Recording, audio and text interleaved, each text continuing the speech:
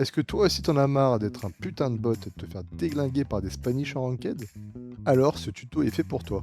Même en GC, je vois très peu de personnes réussir à esquiver les Spanish alors que c'est super simple. Donc, Tifa's tuto en 3 étapes, facile, avec différentes possibilités en fonction de votre niveau. C'est parti.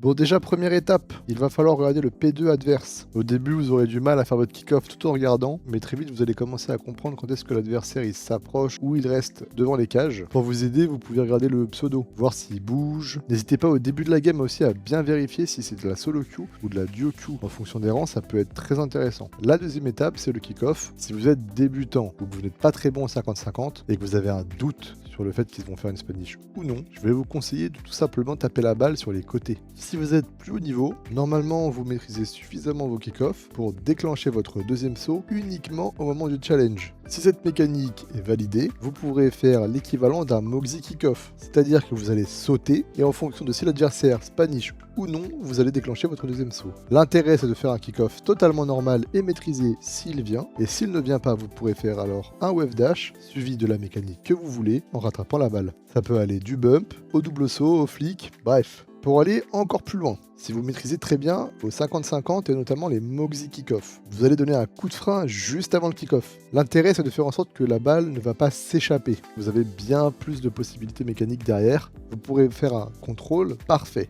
Je préfère séparer cette méthode de la méthode 2 parce que ça demande un tout petit peu plus d'entraînement et de précision pour que si vous vous trompez, de pouvoir tout de même gagner vos kick-offs. Petit conseil, si vous jouez souvent en duo queue, il faut automatiser le fait que votre mate va aller bump l'adversaire. C'est bien plus simple que de tenter des mécaniques difficiles qui peuvent rentrer tout comme rater. Il sera bien plus intéressant d'aller bump. Si vous mettez la balle juste derrière votre mate, votre adversaire ne pourra rien faire. Et je peux vous assurer que vous allez faire un carnage contre ceux qui font des Spanish. Et vous en viendrez à prier pour que les adversaires en fassent.